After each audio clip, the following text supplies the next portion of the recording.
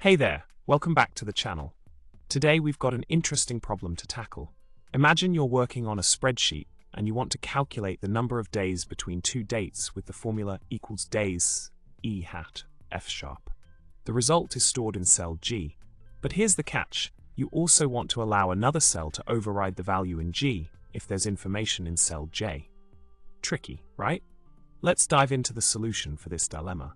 The key lies in using an if statement to check if cell J is blank. If it is, then we simply keep the days counted as is.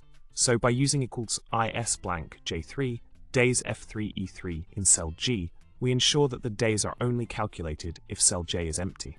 It's a neat way to automate the process and avoid manual intervention. In summary, by incorporating the provided formula, you can seamlessly handle the situation where you need to calculate days between dates, while also allowing for manual input to override that calculation. It's a smart workaround to make your spreadsheet more dynamic and efficient.